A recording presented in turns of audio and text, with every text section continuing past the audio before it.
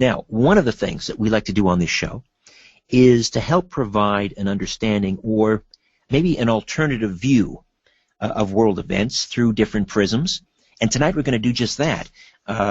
Tonight that prism is the Bible and something called the Revelation trumpets. Tsunamis, earthquakes, world wars, nuclear disasters, upheaval in the Middle East, all things we discussed in the program. And my guest, who has been with me several times, he believes the Bible provides many clues as to our future, and he believes the things that I just mentioned, the upheaval, the wars, the weather, could all be looked upon as warnings. Perhaps the final warning from the author of the Bible, the Almighty God. In fact, that's the title of his new book, Final Warning, Understanding the Trumpet Days of Revelation. And for our friends checking us out on HOA, there's a copy of the book, Final Warning, Understanding the Trumpet Days of Revelation. Carl Gallups is a best-selling author, senior pastor, talk radio host, heard nationally and internationally, TV and radio guest, commentator, former decorated Florida law enforcement officer, founder of PNN, P.P. Simmons News and Ministry Network, and member of the Board of Regents at the University of Mobile in Mobile, Alabama, or Mobile, I should say, Mobile, Alabama. Carl Gallups, welcome aboard. How are you? Richard, it's my friend. I'm doing great. It's so good to be back with you. Thank you for having me on tonight. I'm excited about this. And thanks for joining us on our hangout. Oh yeah. This is my first time on Google Hangout, but I guess I'm here, so we'll see how that works. But thank you. You know, there's so much confusion about, for example, Revelation. Yeah. Now, this is interesting. I'm from I'm a Christian, an Orthodox Christian. This is the one book in the Bible that they do not read from during liturgy. I don't know about the Catholics, but the Orthodox priests, they do not read from Revelation. What is the proper term? People call it the Book of Revelations, but that's not it. What is it? Yeah. No, the proper term is the Book of Revelation, singular. Right. It is a singular revelation given to John. Of course, that singular instance of a revelation is filled with revelations, but it's properly called the Book of Revelation. And I don't know the particular. I don't know why the particular faith community that you come from doesn't draw from that book. I know the first 4 or 5 chapters are relatively easy to understand and make for some beautiful, beautiful preaching and teaching and some wonderful promises. The basic promise of the book of Revelation is that if you were on God's side by belonging to Jesus Christ, in the end, you win. Right. And that's the basic message of the entire book of Revelation.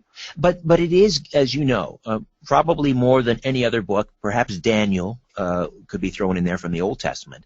But Revelation is so filled with symbolisms and imagery and metaphors and so forth that it is given to so much interpretation and pitfalls, really. I mean, you could fall into easily get off in the wrong direction entirely, and that may be one of the reasons that it, at least during the liturgy, they don't talk about it. Obviously, the Orthodox clergymen are well versed in it, but anyway, let's talk about the trumpet days of Revelation. What do we mean by the trumpet days? Well, thank you. Yeah, first I want your audience to know this is not something I've just pulled out of my back pocket to produce some sensational book. This is something I've been researching and following, preaching and teaching literally around the world on several continents and several different nations, to prophecy conferences, churches, revivals, Bible conferences for 25 years. So 25 years of research has gone into this book and into this understanding of the possibility that we may be living in the trumpet days of Revelation. And over these years, people have asked me, they've seen my presentation and they've listened to what I've had to say, and they've been absolutely floored by the things that I'm getting ready to share with your audience tonight. And so they've asked me, said, over the years, man, you need to put this in a book. You need to write this down. You need to reference. You need to resource what you're showing us, because some of this is just hard to believe, yet there it is before our eyes. Please do it. Well, I shied away from that for years. I knew it would be a daunting task, Richard, because it would just require, number one, tons of research. Number two, the resources and the references would have to be impeccable, and they are in my book. And so I knew that would take forever to document all that. And then thirdly, and this goes to kind of what you said about the Orthodox Church, I also know that the book of Revelation is very controversial, even among Christians. Right. And the various interpretations are out there in the various camps. And even in the 3 or 4 major camps of interpretation, there are schisms and cliques within those camps, and people really almost get in knockdown, drag out verbal fights over this stuff. Right.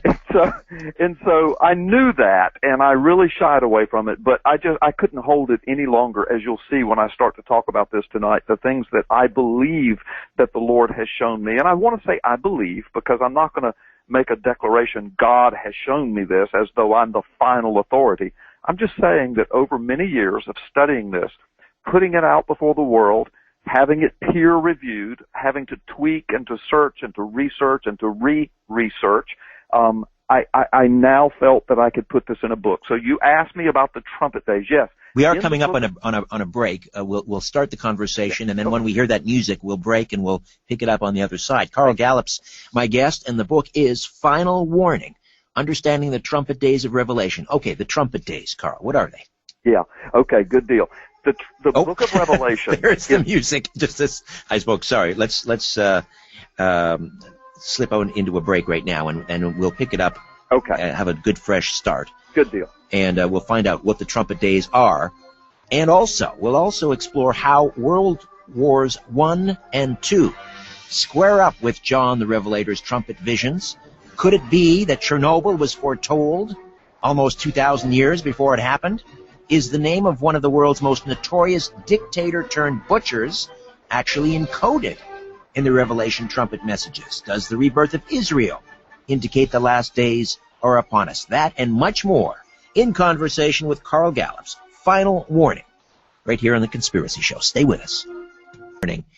And now let's talk about the trumpet days, understanding the trumpet days of Revelation. So, Carl, what are the trumpet days?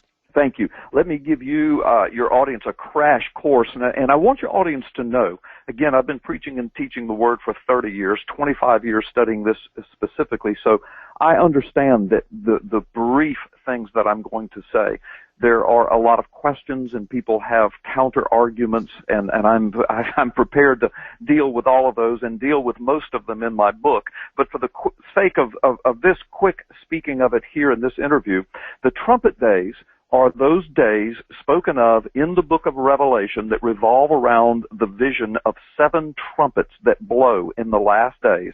That John sees. He sees the vision of them as he's caught up to the throne room of God. Now, Richard, it's amazing. Let me first begin by explaining to your audience that there are millions around the world, and I'm one of them, that believe that they see a coded clue in the book of Revelation that tells us that the 7th trumpet represents the rapture of the church, the taking up, the catching away of the church, the 7th trumpet of Revelation, the last trumpet. Now, if that is so, that event would happen just before God pours out his wrath on the world. And by the way, that matches what happened in the days of Noah and what happened in the days of Lot in Sodom and Gomorrah. Well, the rapture is another one of those highly contested, debatable, controversial subjects, the rapture, whether there is a rapture. Or... Yes, and I deal with that in great length in my book. But as I'm explaining, Jesus said in Luke chapter 17, he said, look, the final days, the coming of the Son of Man is going to be just like this. And he says, the days of Noah, the days of Lot, just like this. Now, Jesus said that. Carl Gallups didn't say it. Jesus says it in Luke 17. Well, what was it just like in Noah's day? Well, Noah and his family lived in the midst of great tribulation. The world was more wicked than it had ever been, so wicked that God said he was going to destroy everything that had breath except for those that he saved.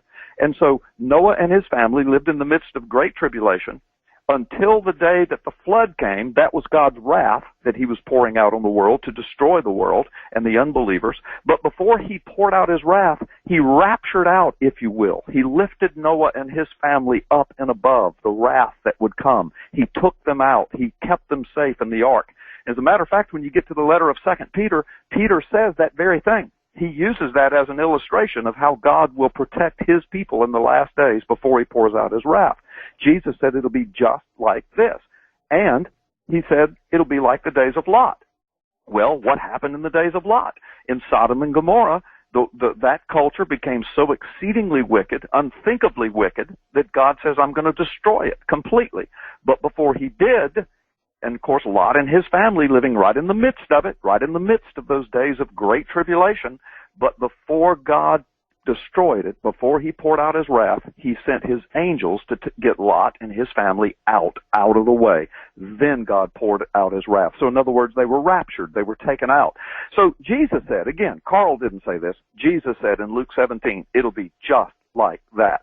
So when we get to the book of Revelation, we see three visions that are the primary focus of Revelation. The vision of the seven seals, S-E-A-L-S, not seals in the water, but seals on a scroll. Right. And then the seven trumpets, and then the seven bowls of wrath.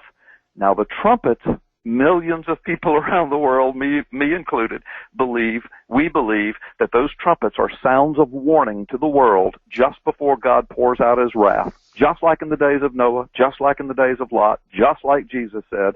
And there's a clue in Revelation and in the New Testament that the seventh trumpet is the rapture of the church. Now, if that's so, Richard, and here's the key, if the seventh trumpet is the rapture of the church, that means the first six trumpets blow before the rapture of the church.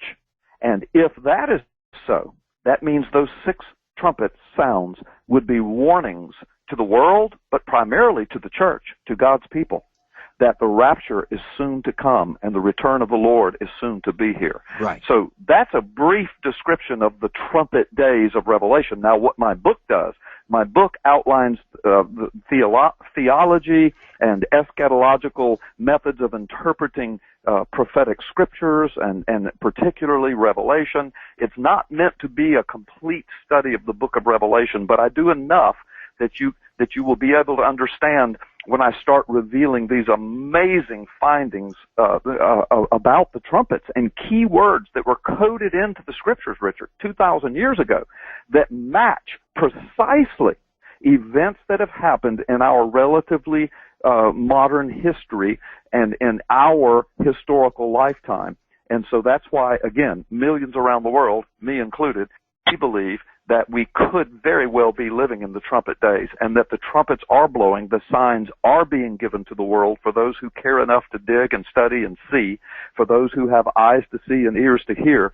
The trumpets are blowing, and we're very, very soon upon trumpet 6, which describes of all things, World War III in the Middle East, centered around the Euphrates River, which is Iraq and Iran. Let's talk about the trumpets. And do you have a handle on when the first trumpet sounded? Yeah.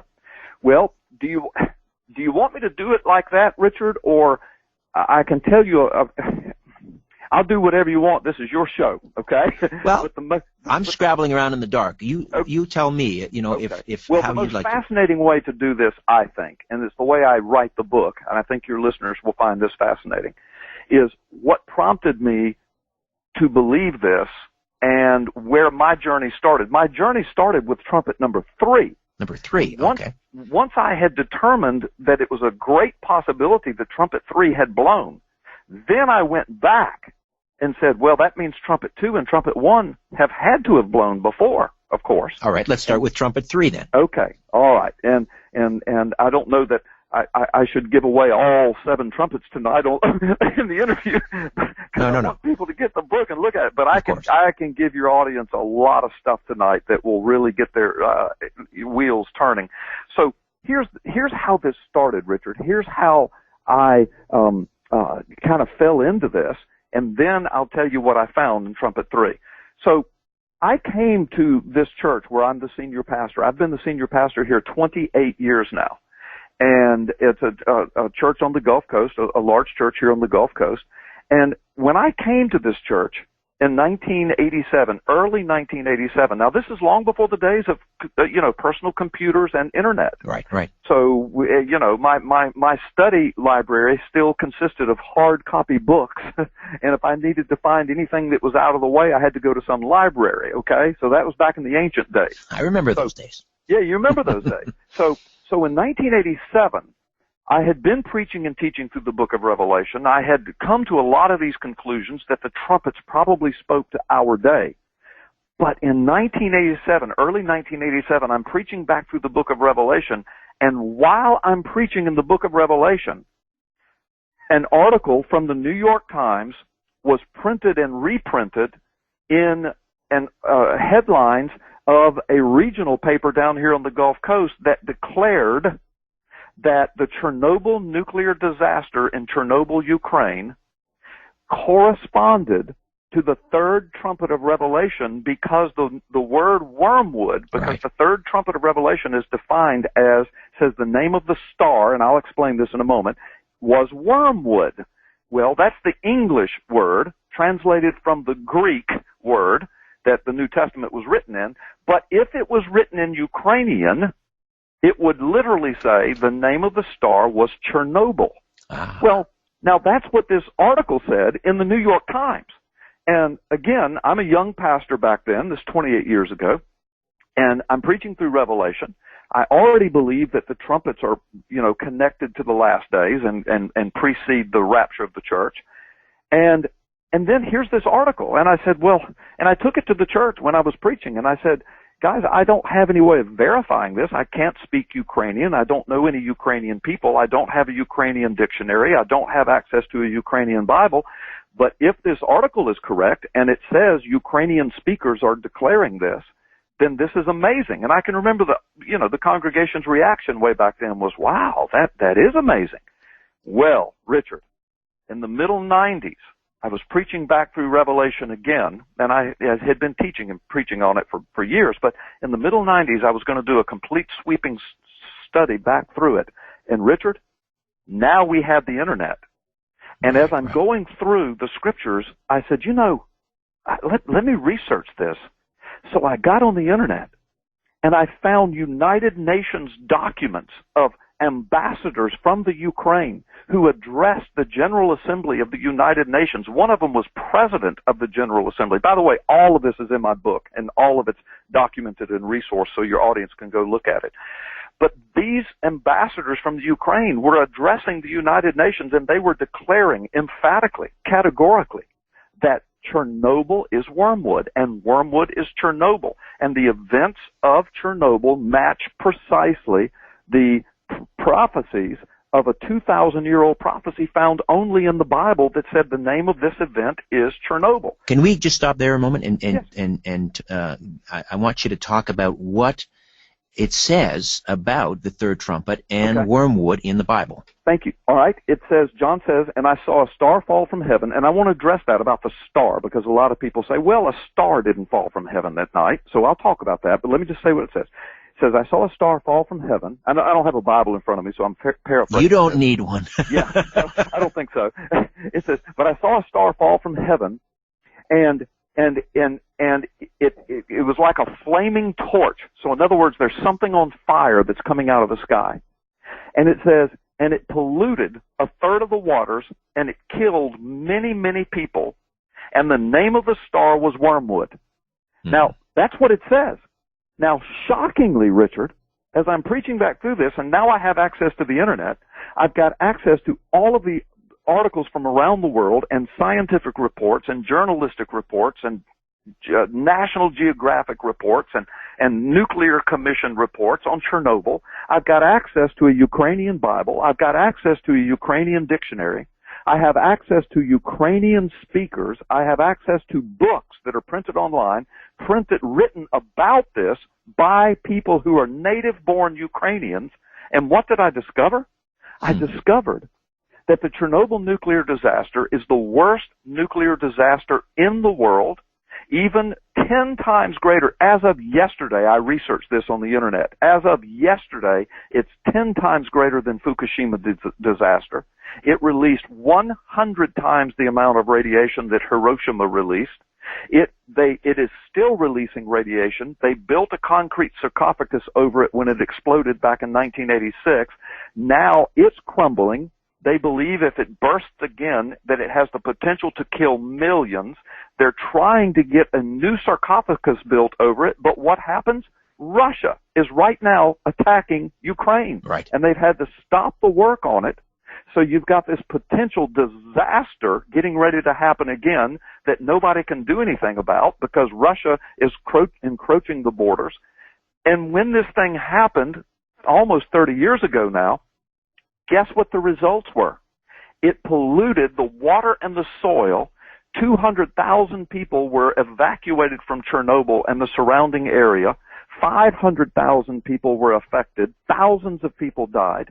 Many reports, some as recent as the last couple of years, predict that millions of people have been radiation poisoned and their health has been adversely affected and will literally die as a result of it. All over Europe, as far up in Norway and Sweden, they're reporting soil contamination, water contamination. They just had a report just a couple of months ago that the reindeer in Norway are showing excessive amounts of radiation because they eat the mushrooms that grow in the soil that's been polluted from the Chernobyl disaster. And it goes on and on and on. Your listeners can research this on the internet. Again, my book has all of this in it. But watch. Here's what happened on that night. People say, well, a star didn't fall from the sky. Well, first of all, let's examine that. A star is a sun.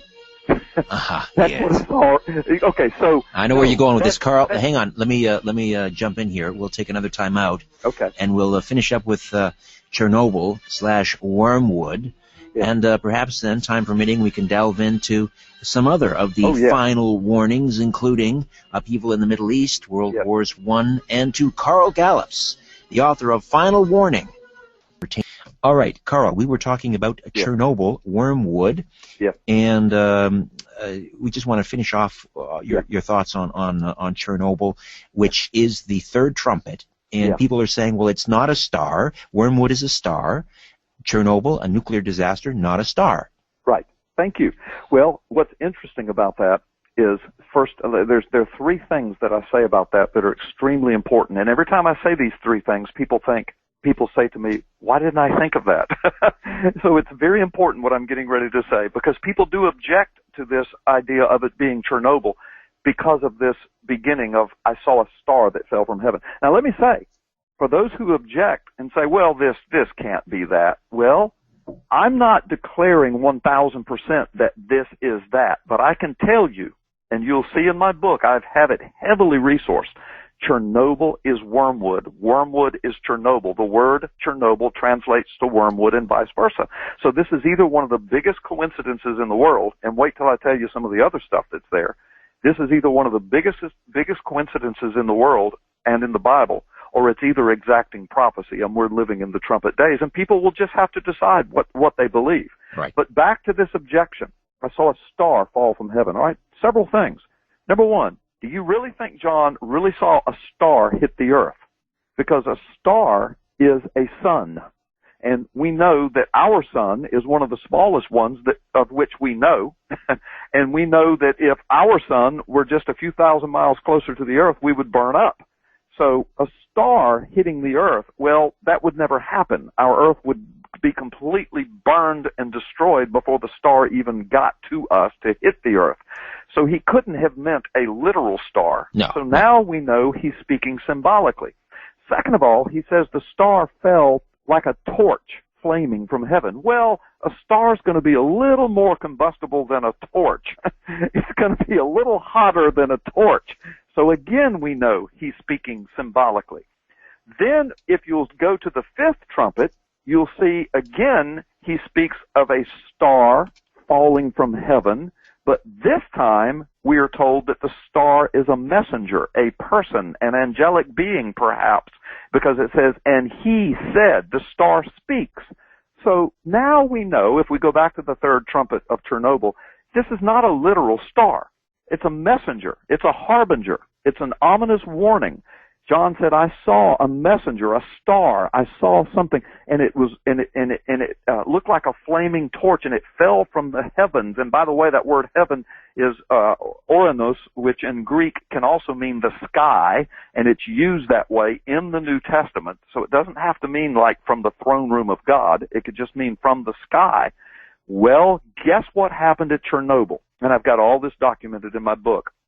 On the night that nuclear reactor number 4 in the Chernobyl plant exploded, the concrete lid, several hundred tons of concrete, burst into tiny bits and shot over 1/2 mile into the sky, and all of that concrete rubble was ablaze and was on fire, and it fell from the sky from over 1/2 mile in the air like millions of flaming torches.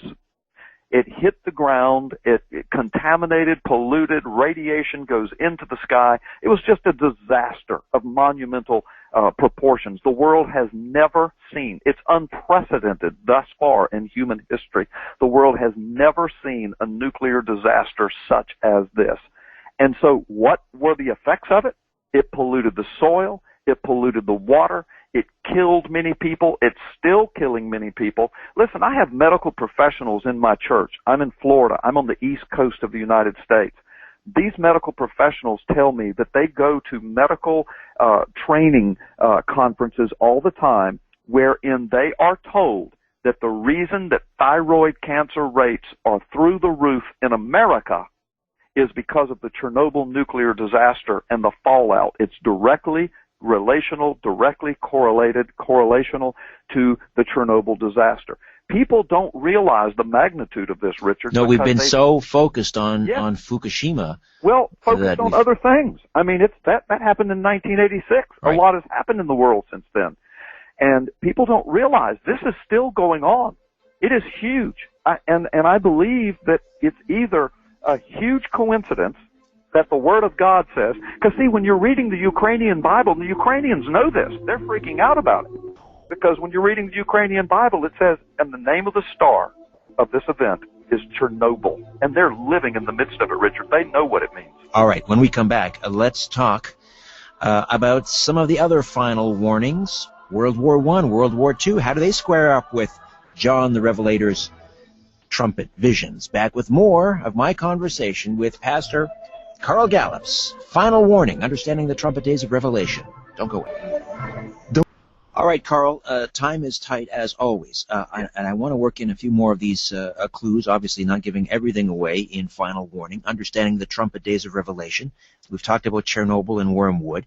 How does World War I, which is celebrating the, last year, the 100th anniversary of the beginning of that great war, as it's often called, nothing great about it, World War II and World War II, how do they square up with John the Revelator's trumpet visions? Yes, I will tell you that. And if we have time, I'd love to get to Trumpet 5 and at least share one shocking, earth-shattering piece of information that comes out of Trumpet 5. But okay, let's get busy then. Yeah, let's get busy. As I said, Trumpet 3 was where I began.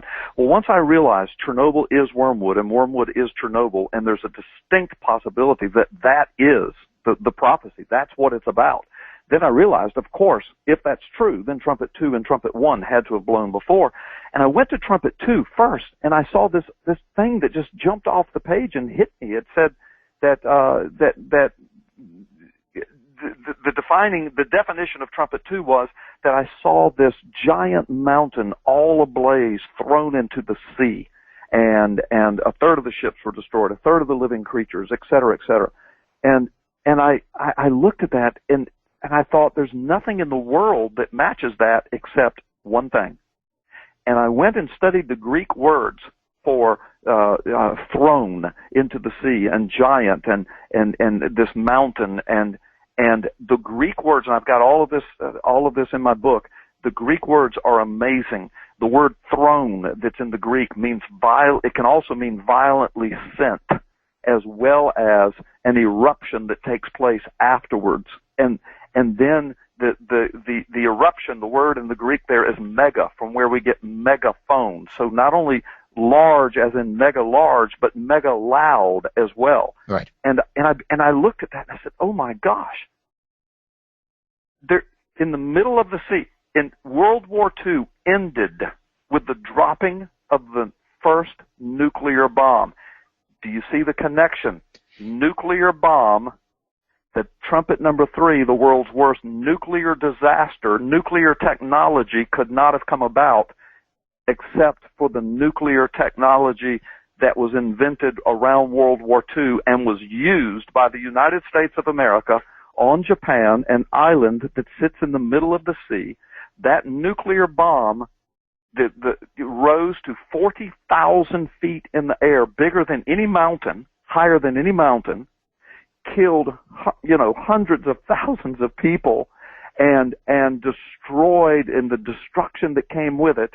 And it literally, the pictures, get on the internet and look at those. It looks like a giant mountain on fire coming out of the sea. And when I saw that, I was just overwhelmed. And then I thought about it, Richard. Well, what happened with the dropping of the bomb? Well, World War II ended. Well, what else happened? As a result of that, the nation of Israel was born. As a result of World War II ending, the nation of Israel, which is a 2,500-year-old prophecy that the Bible says lets you know that you are living in the last days. When Israel comes back to the land, Ezekiel 37, and Ezekiel 38 and 39 says that when that returned Israel comes back, there will be an alignment, a coalition of certain nations that will come together to try to destroy that returned Israel. And the nations are listed by name, by their tribal names. They correspond to modern-day nations that are now making those pacts, making those alliances. They're on TV every day. All of them, almost all of them, are Muslim nations, and they are desperately just trying to destroy this returned Israel. And all of that's in the Bible. All of that was foretold 2,600 years ago. The only book in the world that says those things. It's now center and front and center of our evening news. And trumpet number 2 says that John said, I saw something that looked like a giant mountain. He said something like, which means it wasn't a giant mountain, but he's trying to describe something. Think about this, Richard. I want you and your audience to think about this. John was on a rock island in a prison camp 2,000 years ago. They were still riding camels and walking everywhere they went. He was thrust 2,000 years at least into the future, into our lifetime and beyond. Now, how would a man that's riding camels, how would he describe a nuclear bomb? How would he describe a nuclear plant explosion? How would he describe jet airplanes and helicopters and oil wells on fire? How would he describe skyscrapers and airplanes hitting them and bursting into flames and collapsing? How would he describe automobiles and interstate highways? And exactly. Well, in language that would make sense to his time. Exactly. Let me ask you something while time permits. And that is, you mentioned the birth of Israel, and there is on the Jewish calendar something called the Feast of Trumpets. Yes. Does that Feast of Trumpets have anything to do with what we're talking about, the Revelation trumpets? I think it has something precisely to do with it, and I deal with this at length in my book, as a matter of fact, because there are 7 feasts of the Lord, and the first 4 feasts have been fulfilled perfectly in Jesus Christ and or the birth of the church, but the last 3 feasts have not yet been fulfilled perfectly. Yet when you get to the book of Revelation, you find shadowings of all 3 of the last 3 feasts right there in the book of Revelation by name. First you find the Feast of Trumpets. Well, what do you find in the book of Revelation but 7 trumpets? And the number 7 is a biblical number for perfection and completion. And what's happening? They're blowing in the last days. And the 7th trumpet, Revelation defines, I believe, as millions of others do, is the rapture. Mm-hmm. And then you have the Feast of Atonement, which talks about God's wrath being poured out if you're not under the blood of the Lamb, if you didn't accept the sacrifice. Well, right after the Feast of Trumpets comes what? The 7 bowls of God's wrath.